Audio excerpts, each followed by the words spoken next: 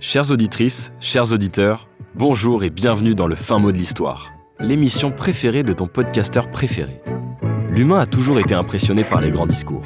Ils peuvent être captivants, poignants, bouleversants. On dit même que certains ont marqué l'histoire. Eh bien, puisqu'on parle d'histoire, laissez-moi vous raconter celle de ces discours légendaires.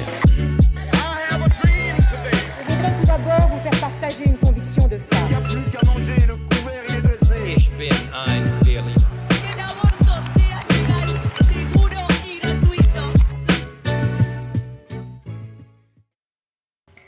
Le mythique appel du 18 juin du général de Gaulle à Londres. Les tout débuts de la résistance face à l'occupant nazi. Le long chemin vers la libération de la patrie et la fin de la Seconde Guerre mondiale en France.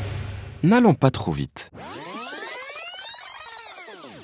En Europe, la Seconde Guerre mondiale commence le 1er septembre 1939, lorsque l'Allemagne nazie envahit la Pologne au cours d'une guerre éclair. Ils ont attaqué la Pologne. C'est là que l'Allemagne, dans sa première agression armée, a commencé la guerre, a commencé la mort, a commencé la misère qui devait prendre fin sur son propre sol. Le Royaume-Uni et la France déclarent la guerre à l'Allemagne dans la foulée. Pendant plusieurs mois, les armées anglaises et françaises sont relativement peu impliquées dans les conflits, alors qu'Hitler est en train de conquérir l'Europe. C'est ce que l'on appelle la drôle de guerre. Mais cela ne va pas durer longtemps, car le 10 mai 1940, l'Allemagne lance la bataille de France et c'est la déroute totale pour l'armée française. Les territoires du nord de la France tombent entre les mains des nazis. Le 16 juin, le maréchal Pétain est alors nommé chef du gouvernement. Il signe l'armistice avec l'Allemagne 6 jours plus tard. Les conflits cessent, la France a capitulé.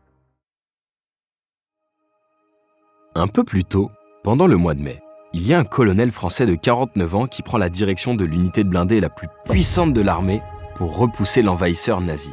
Méconnu du grand public, ce colonel mesure 1m96 et porte une petite moustache.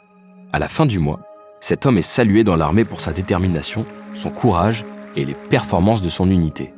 À titre temporaire, Charles de Gaulle est ainsi nommé général de brigade. Quand il avait 15 ans, le jeune Charles a écrit un petit récit dans lequel il s'imaginait général. Baignant depuis sa tendre enfance dans une culture qui promeut le service de l'État, de Gaulle était un élève très sérieux. En 1908, il rejoignit l'école militaire de Saint-Cyr à 17 ans et entrait dans l'armée après sa formation. Au sein de son régiment, il était à l'époque sous les ordres du colonel Pétain. Mais le 17 juin 1940, le maréchal Pétain est désormais à la tête du pays. Le général de Gaulle connaît les plans du maréchal et refuse ce destin pour la France. Il part immédiatement à Londres. En arrivant en Grande-Bretagne, Charles de Gaulle est accueilli par le Premier ministre Winston Churchill, qui le connaît déjà. Ce dernier est admiratif de la détermination du général et donne son accord pour qu'il puisse passer un appel à la radio le lendemain. Le 18 juin, Charles de Gaulle termine de rédiger son texte. Il doit s'exprimer à 18h sur les antennes de la BBC. Pourtant, certains hommes du gouvernement britannique émettent des doutes sur son discours. Ils ont peur que celui-ci ne ternisse les relations avec Pétain, dont les ambitions ne sont pas totalement claires. Halifax n'a aucune peine à dire au cabinet « Écoutez, c'est une provocation vis-à-vis du gouvernement Pétain. Bien que ce texte ne présente aucune déloyauté apparente, le cabinet décide qu'il ne sera pas diffusé. » Le général reprend donc son texte à de nombreuses reprises. Il n'est pas libre dans l'utilisation des mots qu'il fait. Finalement, Churchill donne son accord et de Gaulle peut passer son appel. Ce qu'il y a de surprenant, c'est qu'il n'existe aucune photo et aucun enregistrement audio ou vidéo de l'appel du 18 juin. Mais il s'agit en fait de la version du 22 juin 1940. C'est un texte similaire à l'appel du 18 juin qui a été conçu, lui, pour être enregistré. Cet épisode sur l'appel du 18 juin 1940 s'intéresse en fait au discours prononcé 4 jours plus tard. Vous allez entendre maintenant une déclaration de la plus grande importance que va vous faire le général de Gaulle. L'enjeu du discours de Charles de Gaulle est immense. Il s'agit d'un discours de guerre, d'un discours de résistance. Le général doit, avec un simple appel à la radio, exhorter les Français à se battre et à résister alors que le gouvernement a capitulé. Il va donc falloir se montrer extrêmement convaincant. À peine plus long que l'appel original du 18 juin, l'appel du 22 ne dure que 6 minutes. Charles de Gaulle privilégie un texte court et efficace. Le gouvernement français, après avoir demandé l'armistice, connaît maintenant les conditions dictées par l'ennemi. Dès le début de son discours, le général adopte un ton très solennel. Il dresse un triste constat de la situation de son pays. On peut donc dire que cet armistice serait non seulement une capitulation, mais encore un asservissement. En utilisant une construction de phrase avec la locution « non seulement » suivie de « mais encore », De Gaulle dramatise sur les conséquences de l'armistice. Le général crée volontairement une atmosphère grave et tendue pour introduire son propos. Mais il le fait consciemment, car son but est de montrer aux Français qu'il peut apporter de la lumière dans ce destin sombre. Or, beaucoup de Français n'acceptent pas la capitulation ni la servitude pour des raisons qui s'appellent l'honneur, le bon sens, l'intérêt supérieur de la patrie. C'est alors que le général oriente son discours vers 3 valeurs principales: l'honneur, le bon sens et l'intérêt supérieur de la patrie. Pour chacune, De Gaulle explique leur importance et donne des raisons de résister pour celles-ci. Il est intéressant de voir que ces valeurs sont assez différentes les unes des autres. L'honneur et l'intérêt supérieur de la patrie font parler le cœur, alors que le bon sens encourage plutôt la rationalité. L'appel du 18 juin illustre l'intérêt même de l'éloquence: convaincre et persuader. Convaincre par la logique et persuader par le cœur. Charles de Gaulle commence avec l'honneur et rappelle une chose.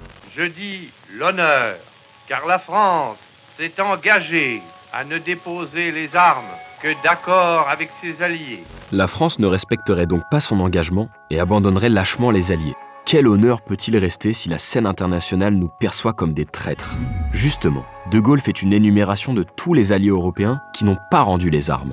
Le gouvernement polonais, le gouvernement norvégien, le gouvernement hollandais, le gouvernement belge, le gouvernement luxembourgeois, quoique chassés de leur territoire, ont compris ainsi leur devoir. En citant tous ces pays, De Gaulle invite les Français au mimétisme, c'est-à-dire à se comporter comme tout le monde se comporte. Et pour le coup, c'est assez malin dans cette situation. Ensuite, il y a le bon sens. Il faut montrer aux Français que la guerre n'est pas perdue. Et pour cela, De Gaulle utilise un argument de logique. Il explique pourquoi la France a perdu et cite notamment l'esprit d'abandon du gouvernement pendant ces derniers combats. Puis, il donne toutes les nouvelles solutions. Il rappelle que la France possède un vaste empire, que les Alliés restent présents et que l'industrie américaine a de gigantesques ressources. Enfin, Charles de Gaulle revient à un argument de cœur en exprimant l'intérêt supérieur de la patrie. Nul ne peut prévoir si les peuples qui sont neutres aujourd'hui le resteront demain. Même les alliés de l'Allemagne resteront-ils toujours ses alliés si les forces de la liberté triomphent finalement de celles de la servitude? Quel serait le destin d'une France qui se serait soumise à l'ennemi? En posant une question de rhétorique, De Gaulle invite les Français à s'interroger sur ce que l'histoire pourrait retenir de leur comportement. Et surtout, il les pousse à s'inquiéter, car il sous-entend qu'une France qui abandonne serait perdante, peu importe l'issue de la guerre. L'honneur, le bon sens, l'intérêt supérieur de la patrie commande à tous les Français libres de continuer le combat là où ils seront et comme ils pourront. Ces 3 termes sonnent alors comme une devise, d'autant plus que De Gaulle utilise le verbe « commander », qui relève du vocabulaire militaire. On pourrait donc penser que De Gaulle, en tant que général, ordonne presque aux Français de se battre. Mais en réalité, ce n'est pas lui qui commande. Ce sont les 3 valeurs qu'il cite. Des valeurs exceptionnelles pour lesquelles, si l'on se dit français et si l'on se veut libre, il faut être prêt à résister.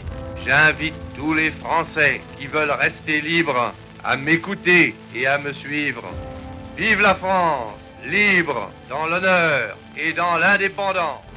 Pour revenir à l'appel du 18 juin, vous avez sûrement entendu parler du fait qu'il n'avait été écouté par quasiment personne. Ce n'est pas totalement vrai. Certes, peu de Français ont attendu l'appel du 18 juin au moment où il était diffusé. Mais le bouche à oreille a énormément fonctionné, si bien que certains journaux ont titré sur l'appel dès le lendemain.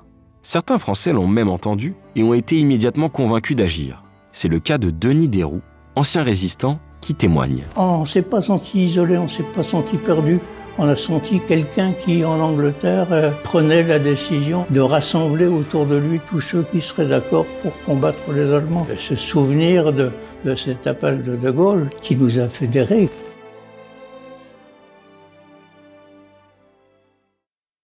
Le 10 juillet, l'Assemblée nationale vote les pleins pouvoirs constituant à Philippe Pétain qui possède désormais le titre de chef de l'État français. C'est la fin de la Troisième République et le début du régime de Vichy. Ce sont aussi les débuts de la collaboration du gouvernement avec les nazis. Depuis Londres, le général devient alors le chef des forces françaises libres. L'ambition de De Gaulle est d'ignorer totalement l'armistice de Vichy et d'incarner la souveraineté de l'État français qui continue la guerre contre l'Allemagne. La fin de l'histoire, vous la connaissez. La France résiste. Enfin, Armand, le général de Gaulle n'a-t-il pas dit que toute la France avait été résistante? En effet, il l'a dit. Il l'a dit. Eh oui. Il l'a dit, mais cela n'a pas vraiment été le cas. Qu'importe, la France a gagné. Le 25 août, Paris est libéré par la 2e division du général Leclerc. Le même jour, le général de Gaulle prononce cette phrase mythique. Paris, Paris outragé, Paris brisé, Paris martyrisé, mais Paris libéré, libéré par lui-même. L'appel du 18 juin reste dans les mémoires comme l'acte fondateur de la résistance. Avec l'appui et le concours de la France tout entière, c'est-à-dire de la France qui se bat, c'est-à-dire de la seule France, de la vraie France, de la France éternelle.